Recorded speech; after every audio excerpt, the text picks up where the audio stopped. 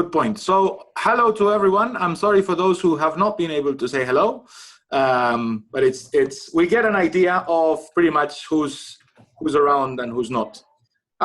So let me just start then, switch this a little bit to go into the glossary. So I think obviously one very important element of the introduction is to make sure that we have the right concepts all in mind.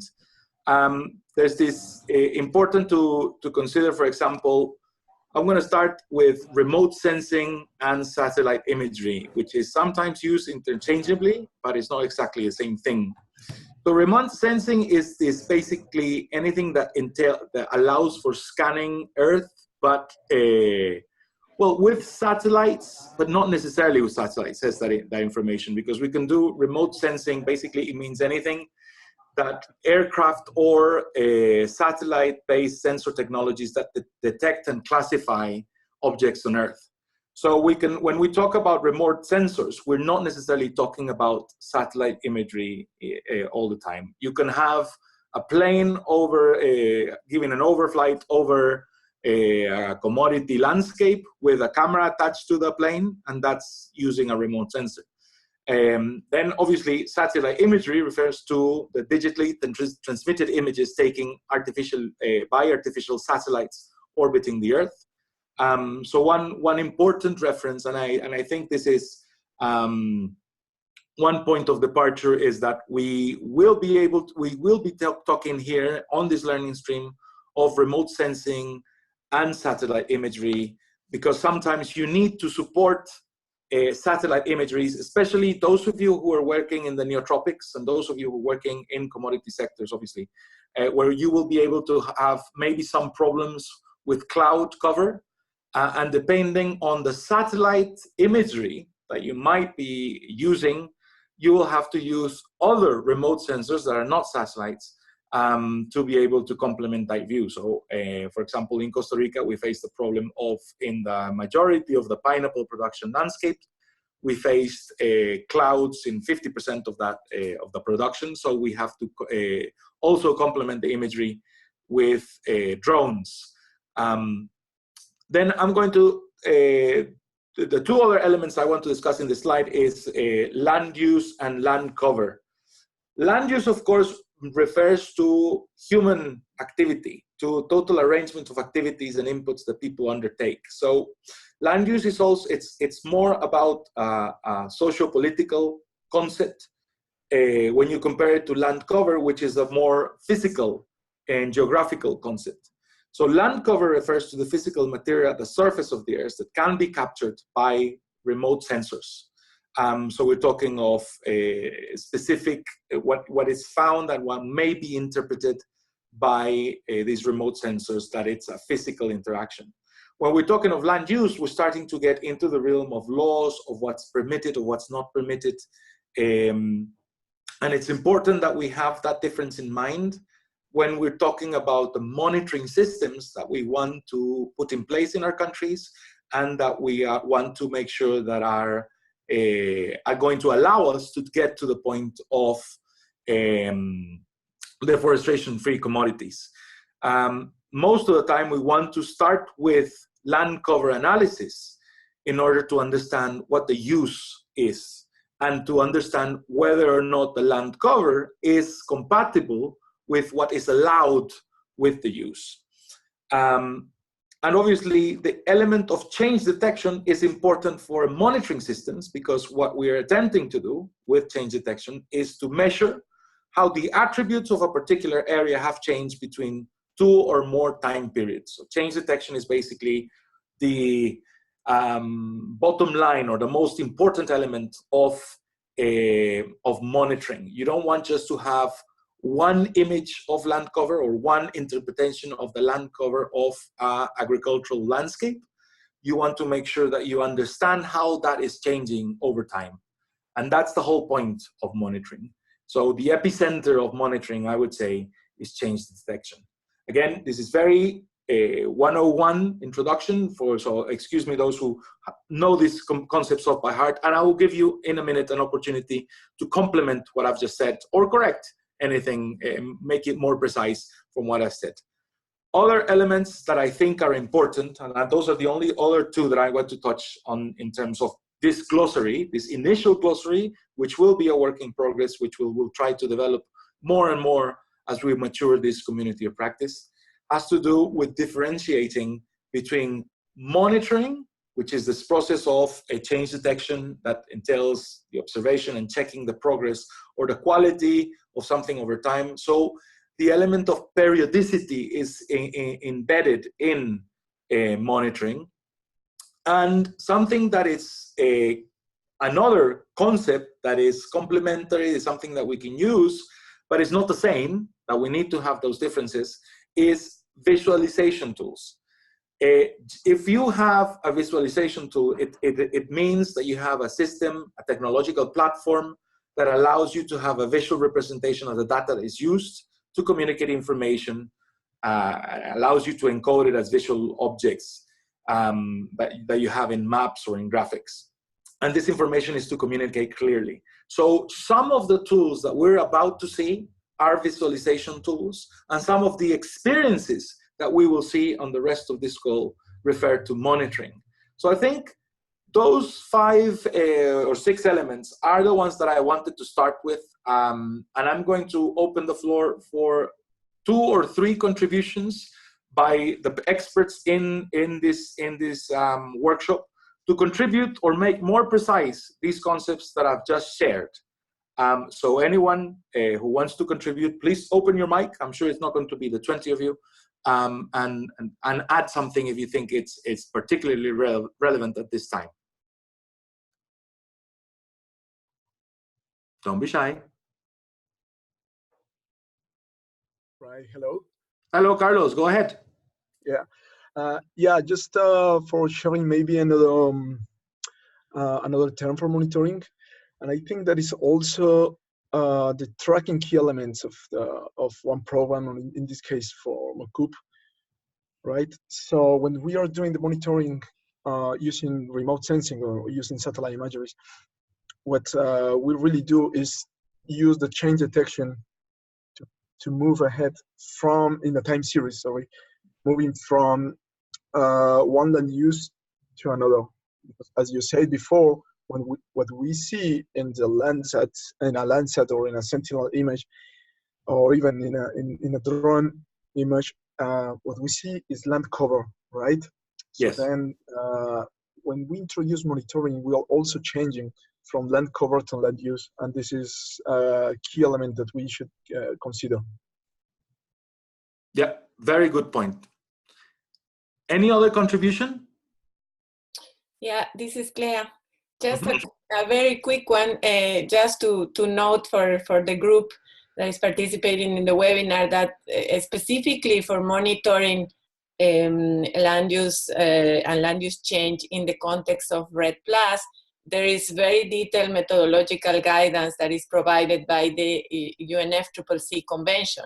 And so this is a particular issue related to reporting those changes to the climate change convention. So I think it's important to take in account that there are different, methodological tools and guidelines out there for commodities in particular. But if we want to integrate those to the systems that are developed to report to the UNFCCC convention, we need to take in account these methodological guidance, and that we're not going to get into in this webinar, but maybe in the future we will. Lovely, Clea. Maybe you can send to Matthias if you have at hand some of that guidance, so we can upload to the shared drive and we can start sort of creating that library that is useful for all.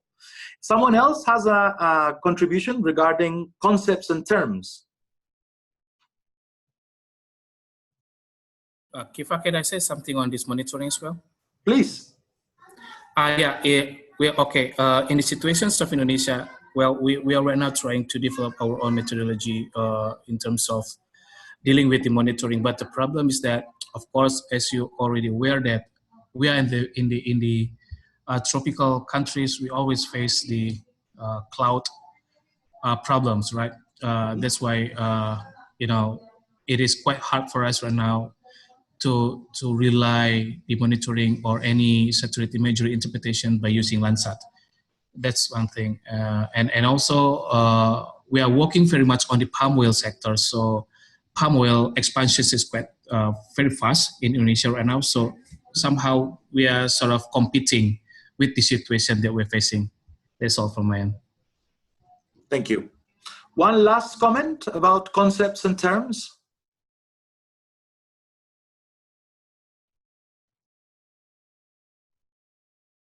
Okay, so we'll go to the next slide. Thank you for your contributions, and this is surely the whole point of this learning stream, to try to gain knowledge by peers and not just someone talking from the screen. So before I go into a typology of different tools and systems and complementary services presented by some of our guests, I want just to summarize what for me are three basic elements of land cover change monitoring for deforestation-free commodities. I think we need to have an interaction of three elements in different ways and in different levels. So one thing, so if you see that the central picture is obviously forest cover gain and loss. That's the traditional emphasis when we talk of change detection in environment, has always been the issue of where the forest cover is, if it's scientifically defined or legally defined as a forest, it's another thing. But certainly forest cover, what may be interpreted from a remote sensor as forest cover, the gain and the loss, or the change detection. So that's one central element that we need to have. I think, and excuse my pineapple centrism, because I'm Costa Rican, when I talk of commodities, I think of pineapple immediately. The element of, we also need to be able to interact these layers of information about forest cover with layers of information of the particular commodity. Otherwise, we will not be able to have a full story of the land use and monitor how the land use may be changing. Because we want to make sure that we are telling the story either for the CBD Convention or either for the UNFCCC Convention about how the agricultural sector may be eating up the forest or maintaining the forest. So another important element that I think in order for us to talk about the monitoring systems that support this idea or this aim of the world to have deforestation-free commodity supply chains, we must include the element of the surface area of the commodities. And my contribution here, and it's just for us to debate, is that we shouldn't just be concentrated on forest cover and non-cover. I think that's an idea that our friends from Red Team in Costa Rica will learn very quickly. We need to move away from just saying, okay, so the forest cover is this area, and not talking about what's happening with the other land uses, because it's going to allow us to avoid deforestation in the future. The third element is the property records. Now, I know, and this is part that I know it's going to be controversial. I know that it's very difficult, and I'm going to explain now an explanation of a process in Costa Rica that links directly property records to surface area of commodities and to the change detection of forest cover.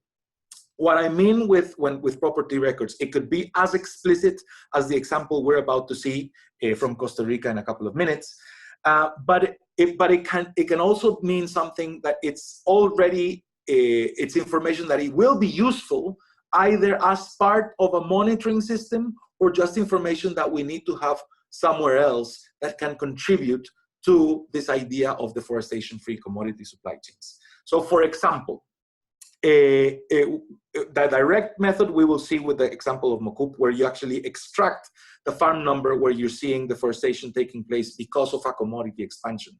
The indirect level is that companies that are purchasing commodities most of the time will know, or they will request information where they are sourcing from. They will know the jurisdiction, they will know at least the area, and in some cases, those very well-behaved companies will have the polygons.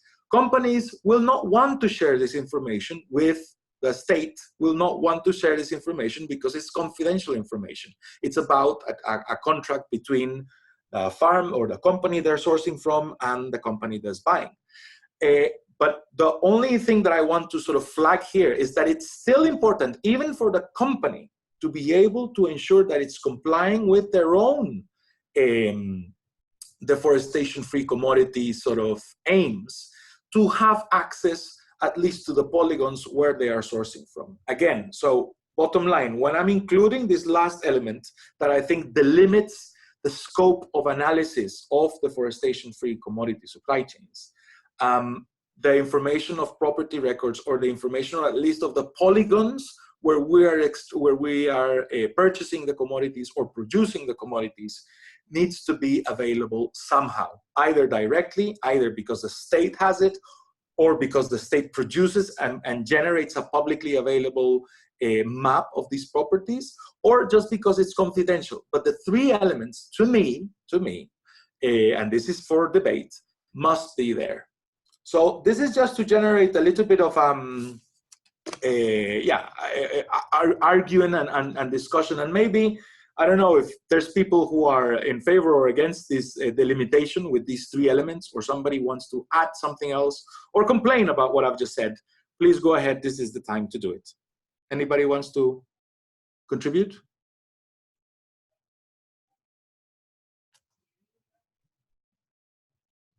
Or everybody's in agreement? Yeah? Okay. Well, so there seems to be a consensus, or at least I'm going to take it like that. The silence is a positive silence. Okay, yes. Okay, wait, Keith. Go on then. I didn't want to be the first again, but go ahead.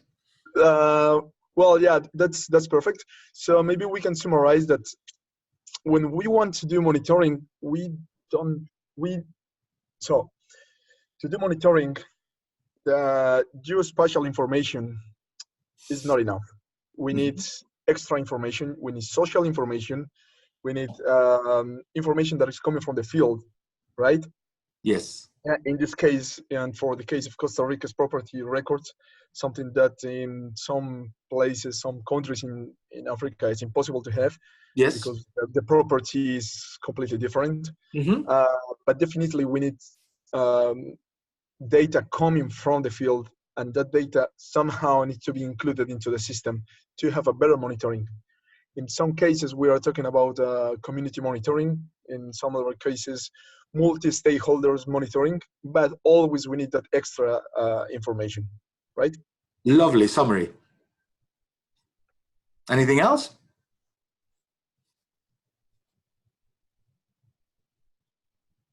No, not from my side. Someone else?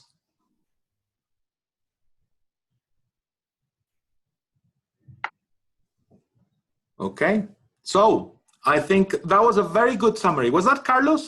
Please say your name when you start. But yeah, okay, so that was a very good summary. I wanted to challenge this view of property records, but I think it's a better summary to explain that in some cases this will not be as available, but it entails information on the ground. So yes, remote sensors, yes, satellites as much as possible, but we still need to extract information from the ground, social information, to allow us to have the whole story. So in order to move towards a monitoring of land cover and land change use and land use change for these deforestation-free commodity supply chains, which is an aim of many entities and many sort of declarations, we need to be extracting this information, social information, from the ground as well. Okay, so now I want to pass on the mic to explain to some of my guests. And please, again, considering the time, it's already 45 minutes past the initial of the call. So please, 3 minutes, or well, 5 for the first bunch of presenters, and then 3 for the other 2, to explain some of the applications of land use and land cover change monitoring that are out there. And I'm just going to talk about applications instead of, and I'll allow each one of you to explain if you're talking about a specific application, if it's a service, a complementary service, if it's a monitoring experience, or if it is a visualization tool, considering the concepts that we went through. So we'll start with, I think it's Carlos or Kim, I'm unsure, explaining open forest. The floor is yours. Yeah, it's me. So hello, everybody. And sorry I didn't present myself before. So I am Carlos Riaño. I am also from the UNDP Red Plus team. I am based in Cambodia. I'm an MRV expert, so I know more or less about this part of monitoring. Right. We will talk about Open Forest. That Open Forest was created by FAO under the UN Red program. And just to talk briefly about Open Forest, it's a set of tools, it's a set of applications. Basically, this is for the forest. It was created just for the forest monitoring system, but we saw that it can be also useful for green commodities and land-used land cover monitoring system, right? So the first application is Collect. That is, this is for data management. So it's something that is important in our case. This is where we collect all the information, where we analyze it.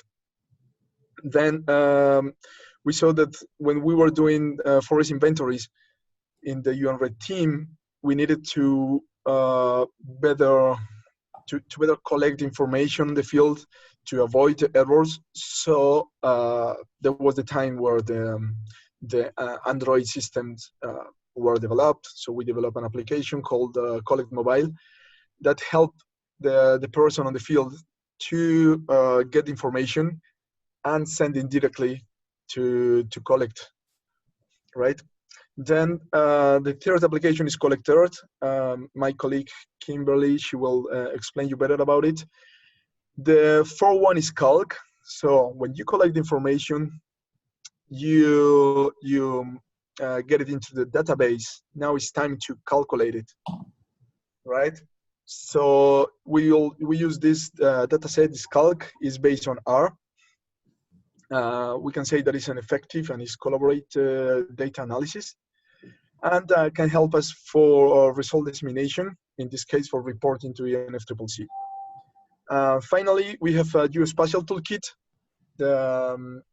For those of you that love Linux, it's a powerful command line set of tools that process geospatial data.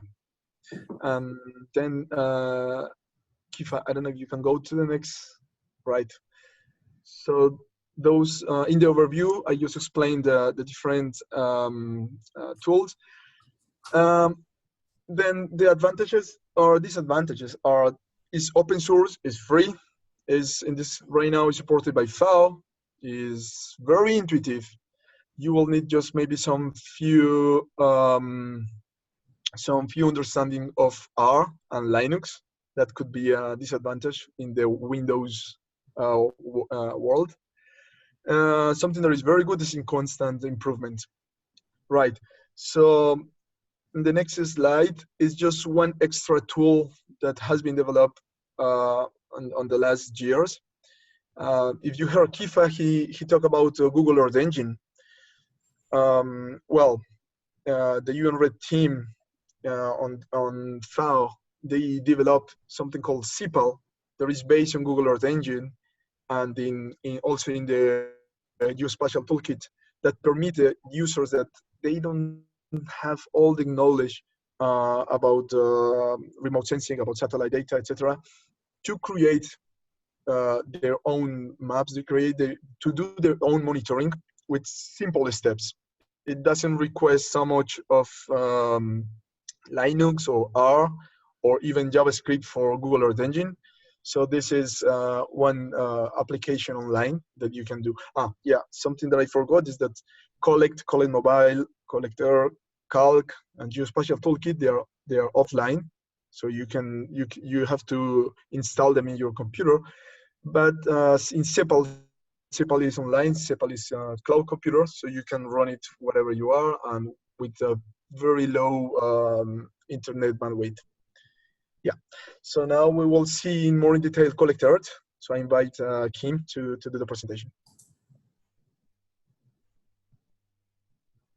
Okay, great. Thanks very much, Carlos and Kifa. Maybe we can go straight to can we go straight to the table actually? The next slide, yeah, I'll for the sake of time. So as Carlos said, Collect Earth is part of that broader set of tools, part of this open forest approach. So like the broader set of tools there, it's free and open source. So that's key. I think it's key for a lot of what we're talking about. So it's free open source software to both collect, manage, and analyze land data. So it's both land cover as well as land use. Both are possible. And both Kifa and Carlos have mentioned Google Earth. So this is basically a tool that's enabling data collection through Google Earth. So it's an interactive image interpretation tool, which uses the Google Earth interface.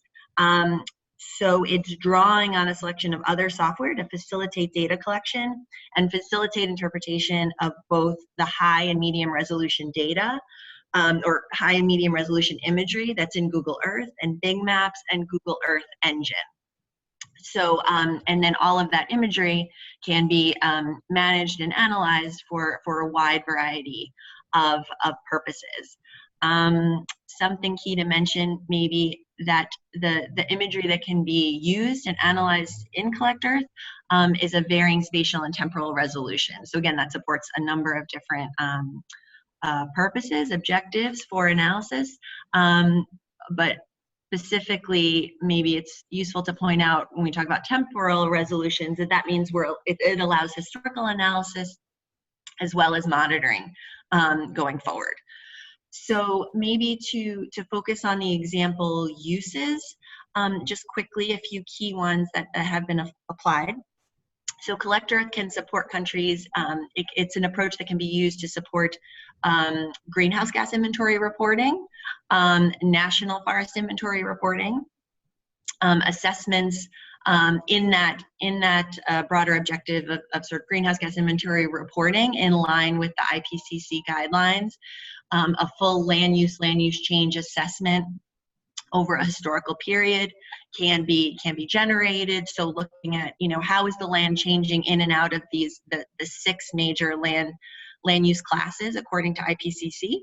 But then as Kifa said, there's interest. Okay, so you have that as your base information, what land is converting in and out of what classes, but then what's driving those changes, taking it to another level. And Collect Earth can also be used to look at that, to look at geographically explicit drivers. It can distinguish between various commodities, monitoring, doing more specific monitoring of agricultural lands, cropland irrigation, pastures, grazing. All of these are uses where Collect Earth has already been applied. Validating other maps that have been generated with coarser resolution data. Again, and it's not only carbon, it can be used for a broader types of data that we want to look at in a spatially explicit way, so including socioeconomic data. And then finally, quantifying deforestation, reforestation.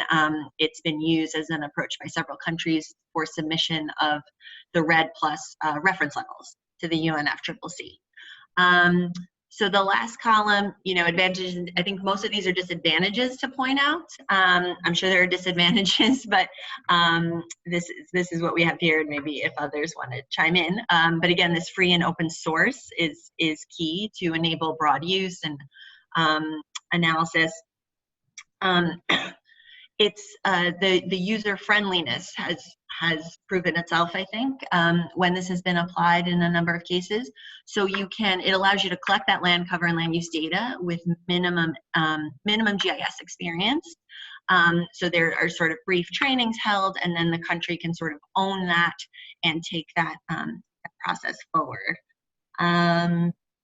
I think I covered most of the Thank you. Yeah, I'll stop there. Sorry if I went too long. Welcome. Okay, so I'm not going to allow questions for this. I'm going to go through the other 2 experiences, and then I'll open for questions for the 4 presenters.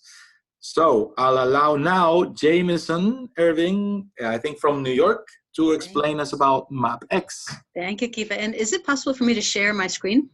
Oh, I don't know. Matthias, is it possible? Yes, you gotta stop sharing, Kifa, and so Jamie can. Okay, let me see. Go ahead, Jamie. Can you see my screen? No. I see Claire. Hi, Claire. How about now? Yeah, I can see you, but not your screen. You can't see my screen. Hold on. Okay. How about now? About to, I think, it's coming up. Yeah, there it is. Okay, fabulous. So I'll try and stick to the 3 minutes. For 15 years, UNDP has been supporting countries in the development of their national biodiversity strategy and action plans, and in the development of their national reports on biodiversity to the Convention on Biological Diversity. In the last cycle of national biodiversity plans, or NBSAPs, it became increasingly clear that there were no maps. We kept saying, where are the maps? And we got a specific request from Zimbabwe to help them create some maps. We printed out, we developed a beta version of pooling together 35 data layers, and we brought high-resolution maps to Zimbabwe. And as they assembled the maps, they began to see the patterns of wetland conversion and fire around Harare, and they were able to link it to decreased water security. As a result, they put in an integrated water plan into their NBSAP, and that for us was the beta version. We did a formal study of 120 NBSAPs and 5th national reports, the latest round. We found the average number of maps per country was between 4 and 5, and one of those maps was a map of the country itself. Moreover, only 2% of all maps submitted to the convention referenced essential ecosystem services and their links to biodiversity. So in this round of the 6 national reports, they're pivotal because they will determine the post-2020 agenda in the Global Biodiversity Outlook. And so we are working with UN Environment to create a system. I'm just going to give you a snapshot. This is entirely in a GIS independent portal, and this is just a beta version, but you can see it's as simple as clicking on the World Database on Protected Areas for a country. You can click on and click off satellite imagery, and then you can do things like look at the mining cadastre.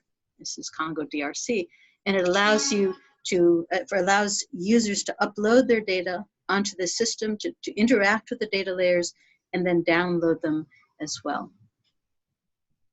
And so we are launching in July of this year a tool called the unbiodiversitylab.org. It's specific to national reporting for the 6 national reports, but we've already had interest by the likes of IKEA and Kellogg's and Unilever and others use this system to be able to make better decisions and monitor their footprint. I show this final slide. This is just the repository of data layers. We have some 75, 76 layers that include 4 major categories. We have biodiversity themes such as biodiversity intactness and key biodiversity areas. We have land cover. We have the conservation estate, so the WCMC layer. We have basic threats such as mining and others.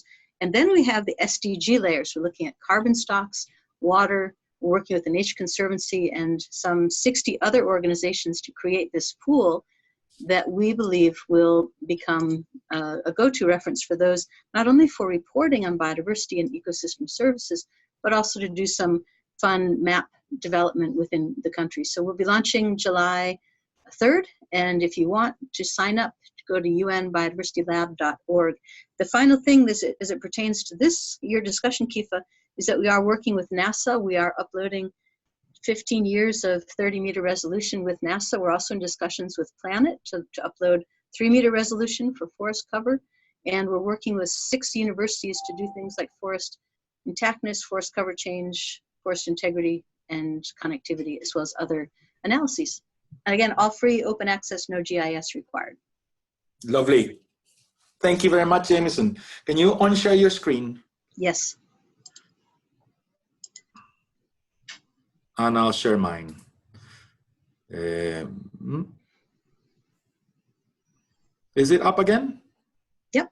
Oh, lovely. Thank you very much. And questions to Jamie in a little while. And I'll allow us to go to Map Hubs, where Leo, I don't know how to spell say your name, but last name, Botrel, will be presenting this part.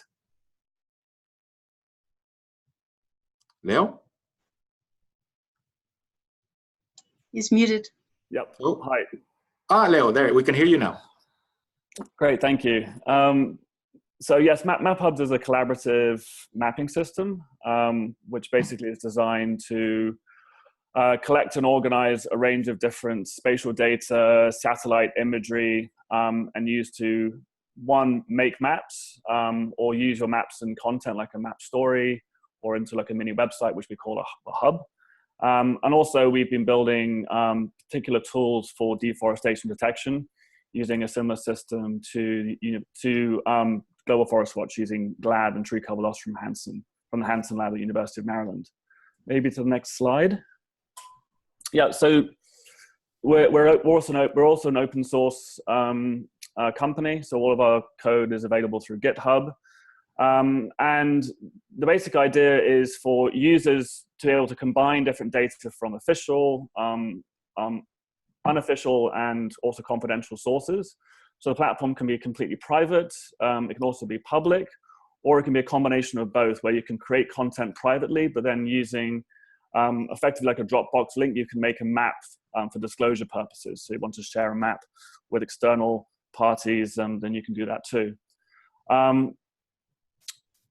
One other way with building map hubs is you can have a federated system, so you can have a variety of different portals and then share data between different systems. So if you have data on like a government portal, but you want to share it with another government agency, then you can share their data sets across it. So like basically a federated system of different map hubs portals.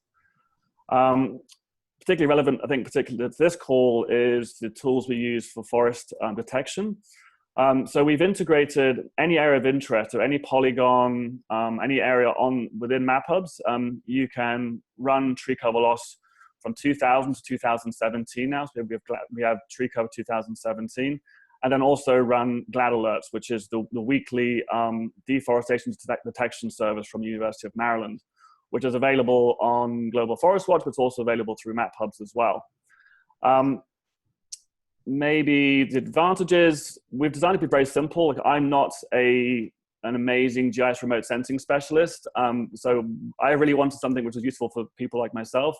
So map hubs are designed for both specialists and not specialists to use. Maybe the next slide quickly. This is just an example dashboard. This is what a map hub's report looks like. It gives you the tree cover loss. It gives you the forest alerts. And we also just built a detection tool for intact forest landscape. So this is, I'm actually going to a conference in Oxford next week, and we'll be demonstrating how you can detect IFL loss as well through our dashboard. Is there another slide, or is that it? Let me see. Yeah, and this is an example output map. So this is a map you might share with a company and organization, and this is actually an oil palm plantation in DRC, which shows the detected clearance with GLAD of remaining forests inside the concession and the concession boundaries, the property rights, and also the plantation area. And there's a link, I can put the link in the chat so you can check it out. This is actually public. Great, thank you. Thank you very much, Leo. So I'm going to open the floor now for very pressing questions that you might have. Now, before there's an avalanche of requests.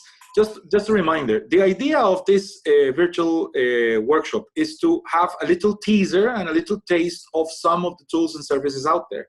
We're a community of practice, and this is what we want to build. So the idea is that if there's like a longer term, or you want to really go deep dive into any of these tools that you've just seen, we can put you in contact with these people, and then maybe we can organize a specific call about one of these MapX or Open Forest or map hubs, so on. So I'll open the floor now for specific questions to some of the previous presenters.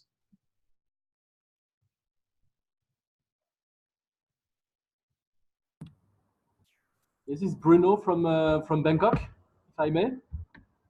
Just one thing that I wanted to mention about map hubs that I found particularly interesting is that basically, as you mentioned about the area of interest which can be concession, for example, I don't know, 150 concessions in DRC or in Indonesia or whatever, and that basically you can get the statistics of deforestation and ranking and everything from all those concessions every week in a very user-friendly way. And whether you're a company or whether you're government or provincial officials, for example, it makes it very, very easy for you to actually follow what's going on. And through the hubs, through basically those web platforms that can be designed to your own needs, it's very easy for you to communicate to the other to the wider audience and do some crowdsourcing of information. So having information from civil society to complement or to question what is being presented and so on. So I mean, there are plenty of utilities that are pretty useful for zero deforestation agriculture work that we're doing. Thank you. Any other comment? Question?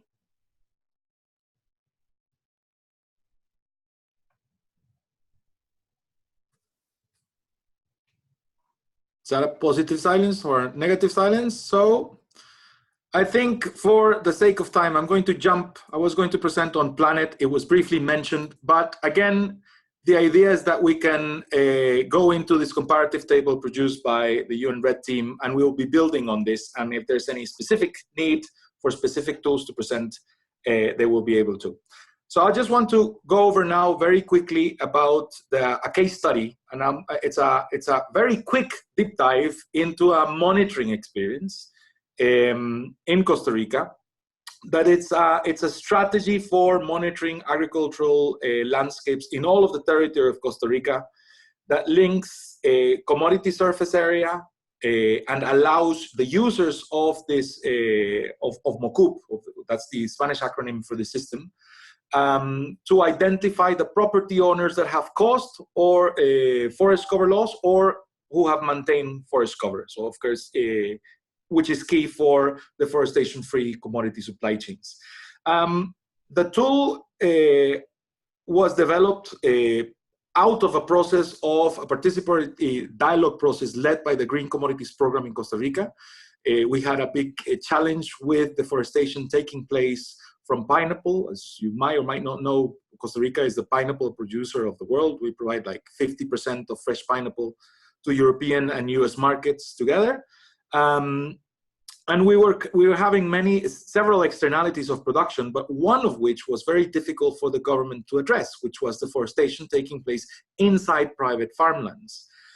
So what we did is that we developed this system, and as you can see on the screen, you go into this area of paisajes productivos in a publicly available web tool, which is managed by the government, is like a map visualization tool that was produced by the Geographic Institute of Costa Rica, where the government uploads some official layers of information in there. And what it allows you to do is to, as you can see on the slide, identify first the total surface area of the commodity. So we can see, I'm comparing a long time series here, the year 2000 and the year 2015, but we're doing this every single year now. So you can see the growth of the pineapple expansion. And it allows you to identify the layers of gain or loss of forest cover that is linked to the specific expansion of the commodity in the country. So in red, the areas of forest cover loss because of pineapple expansion inside private land, and in black, the areas of pineapple expansion that did not cause forest cover loss. And the interesting element, well, you can sort of combine it with different layers that are out there, like, for example, protected area systems. And you can see, I mean, you need to really zoom in, but I'm not going to, see some pineapple deforestation taking place inside protected area in the north. So this is an interesting part. It's obviously a controversial bit of information. And I think this is, and the reason why I'm showing you this is not to show the system, but to show some of the lessons. So one element is that this is produced by independent teledetection entities. The analysis is provided by state universities that will publish the information regardless of how controversial the data may be. And this is important because had we tried to get this information to come out every single year from like an official layer of information from the Ministry of Environment or the Ministry of Agriculture, it is probably unlikely that this information would come out every single year as we wanted to, or to come out at all.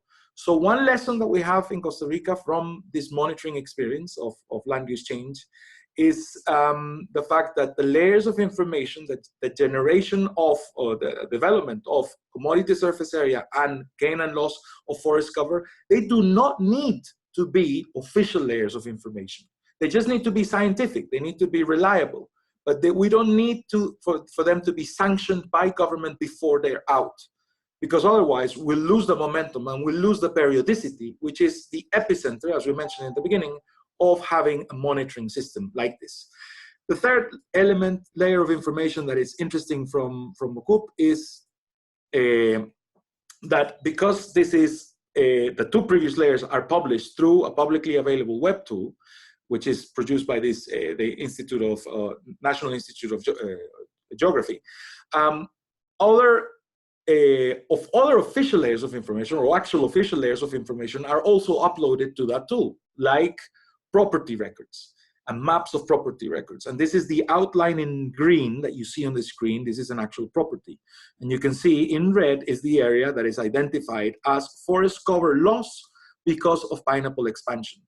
The interesting element is that when you combine these three layers together, well, you are able to extract the farm number. Now, by extracting the farm number is sufficient to identify the owner of the property who is legally responsible for forest cover loss. In Costa Rica, forest cover and land use change is banned since the year 1996. So this person over here, which is, we'll see the name of this chap, Mr. Evaristo, I know him off by heart now. Eliezer Gerardo Jimenez Montero is responsible for forest cover loss, the one that you just seen. And that basically means, because this is freely available, so it's of no cost to Mr. Eliezer to get this information. Had he maintained forest cover loss, he could have sort of tried to differentiate the production that he's making of that commodity. And it's also free of cost to anyone who wants to source pineapple from that particular area. So it means that even the buyer has no cost in verifying and using the system and verifying whether or not the people that they're sourcing from are responsible for deforestation. Again, an option for a very important element to ensure that we have deforestation-free commodity supply chains. There's a metaphor that I always use to explain this system, and it's the interaction of the three legs of a stool, which is the independent teledetection, which is provided by universities, that we have, and that we're advancing in the generation. The government is, at the same time as we're generating every single year the images of commodity surface area and the images of forest cover gain and loss associated with crop expansion, there's also an advance in the generation of these maps of property records, which is generated by another entity. So from every $3 that we get into the system, one goes for the universities to produce the information, another goes for the government to keep maintaining and uploading the information about property records, and the third leg of the stool is to have that publicly available web tool. Now in Costa Rica, we have this web tool, but in countries you may not be able to find this tool, and that's why these services, these map viewer services, are key. The global services out there that are intuitive, that are open source, like the ones that we've seen, are the ones that are going to enable sort of countries to move forward. Or in some cases, you will find a lot of political noise or political obstruction to the fact that the universities are producing this information, and maybe they will not allow these layers of information to be published because they're so controversial in the actual national tools like the ones that we have in Costa Rica. So again, that's why it's important to have in mind those map visualization tools that are out there that will not have, they don't have to comply with this political pressure. And that's the leg of the stool that we can replace from a nationally developed sort of a web viewing system with the kind of tools that you've just seen a minute ago. Costa Rica we're not doing this not only on pineapple, we're moving on a yearly basis, adding new commodities. So we're moving pineapple, pasture. We're skipping sugarcane and we're going to palm oil. That's all completely funded for the year 2022. We're trying to get funding for sugarcane. But the idea is that we will have every single year an analysis. So the time series is on a yearly basis of commodity surface area, the forest cover gain or loss associated to each of those commodities. And we will aim, and this is done at a national level. So the whole of Costa Rica will have this analysis. And again, published and freely available for producers to comply with deforestation-free commodity supply chain sort of international commitments.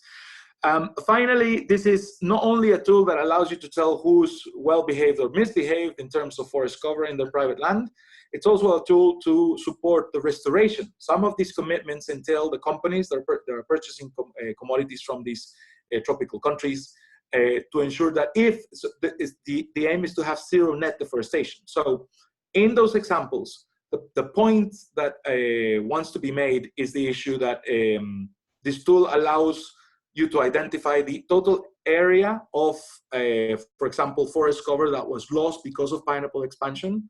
And right now we're talking with a company, not mentioning any names, but we're trying to develop a pilot project where that company has identified some of the farms that they're sourcing from pineapple have caused forest cover loss in the previous 15 years.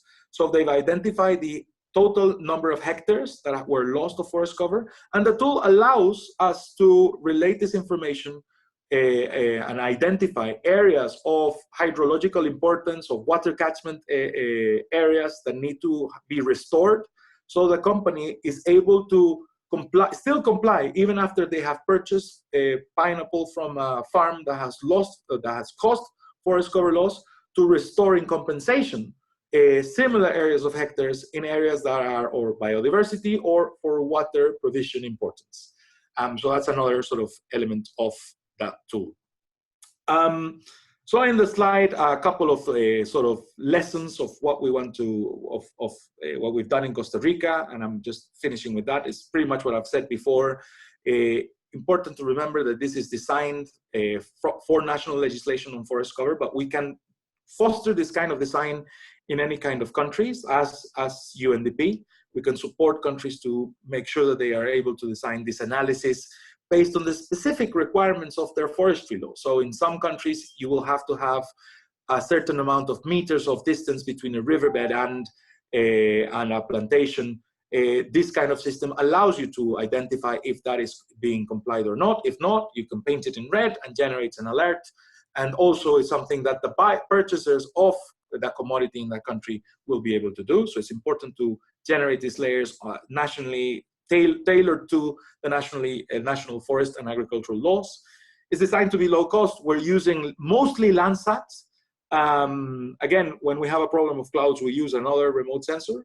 And it's designed to relate change detection with property records because of the way that of the system that I've explained before. But it's not necessary. I mean, in some countries, if you are a company, you will have the records of property records, or at least you'll have an idea of the polygons that are selling you and sourcing you the commodities. So even if you have the layers of commodity surface area and forest cover gain and loss, you will be able as a company to comply with your deforestation-free commodities sort of commitment. I'll leave it like that, just to open the floor for one or two questions about this particular experience, because this is the end, almost the end of the webinar, because I want to keep it at 1 hour, 20 minutes sharp, and allow you to continue with your day or to go to sleep. So any questions about Mokup from the floor?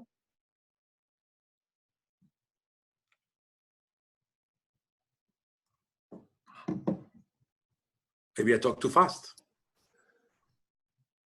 Yes, what's your, this is Leo, what's your public-facing mapping application built with?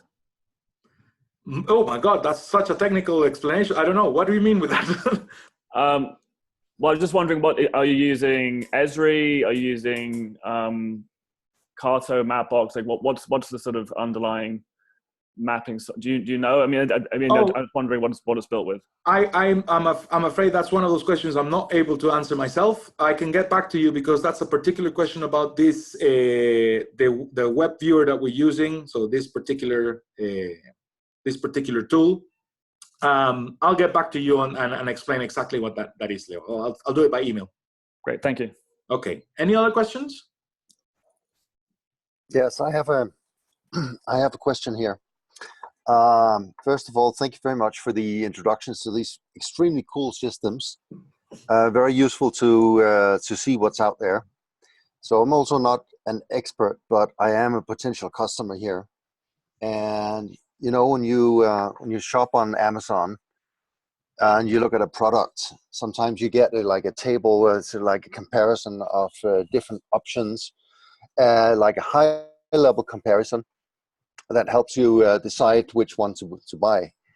And I'm kind of in this situation. I see some of the systems, you know, they seem to be able to do, you know, similar things, and there's some differences as well. So I think it would be very useful for people like me to have like a comparison table or so, where we kind of just capture the key differences and pros and cons of each system.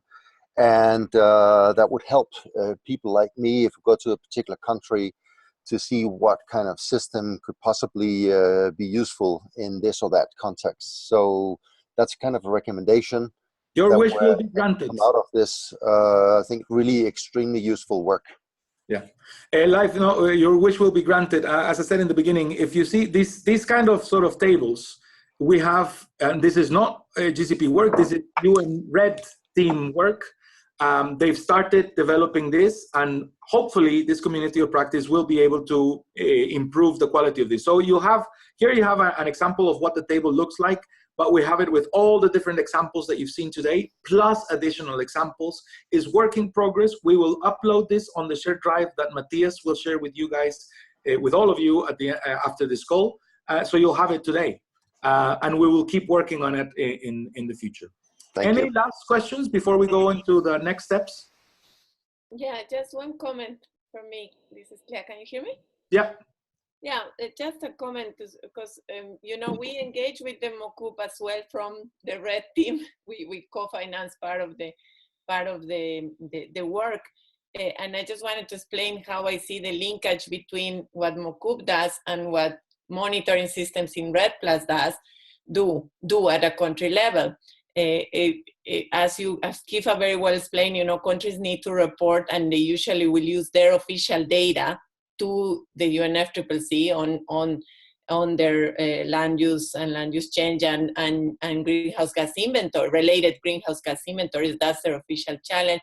But at the same time, when they get to apply measures to reduce deforestation, they need to enforce. They need tools for enforcement to make sure they can act on time to stop deforestation on the ground. We saw MOCUP playing a crucial role there. We see it really as a tool that can help Costa Rica to address drivers of deforestation because of many reasons that Keith already explained, but also the timing, the periodicity, you say? The periodicity by which each commodity is monitored, which differs from the cycle of the national monitoring system that is used to report officially to the convention. So that's a comment on the connection on the two systems that I think for some people it's hard to see why there's two level of systems. But also an additional comment, and this is something to be talked maybe in future webinars, is that the challenge at the end that countries are going to face is related to consistency. At the end, everything needs to, I mean, the county, to be able to demonstrate that you're addressing deforestation, your greenhouse gas inventory is the official tool, and everything needs to match. So all the efforts that are being done at different levels with different tools will need to add up and match, and you need to have some consistency. So I think that's a great challenge, especially considering that you know, in some of the tools there are different data sources. There are global data layers that are being plugged into these systems, while countries for the national monitoring systems are using national official data.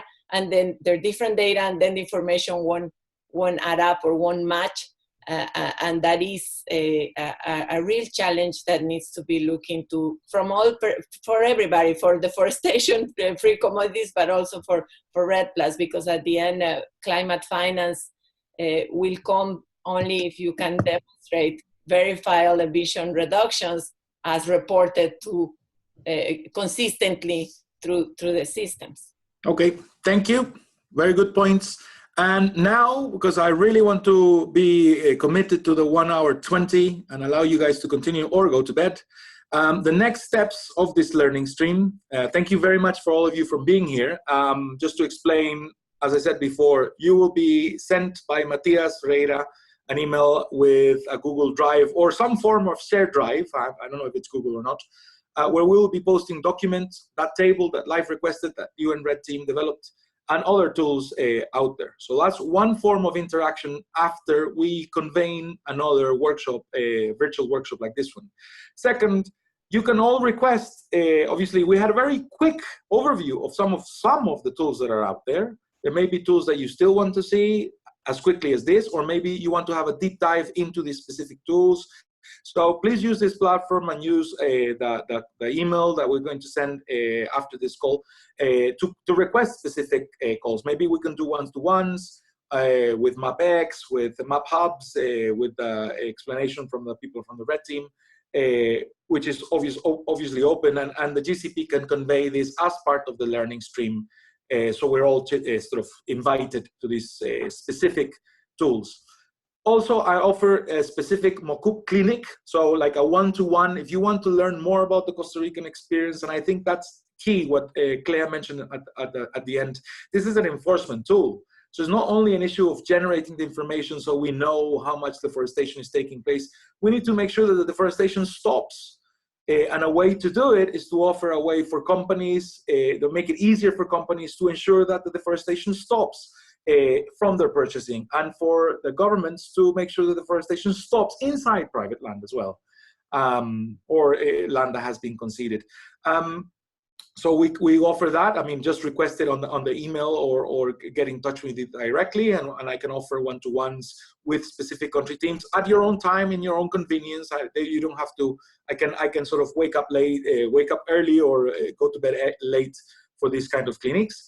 And also, we'll have an obviously very straightforward email chain. So a conversation with all the practitioners. So we'll have just an additional email that you get in your inbox, where we're having any questions that you have, or any follow-ups, or anything that you want to share. If you don't want to upload it to the shared drive, you can do it through the email chains. And we're still connected. The idea is that we will all be continue discussing these kind of things and learning from each other. I certainly learned a lot today.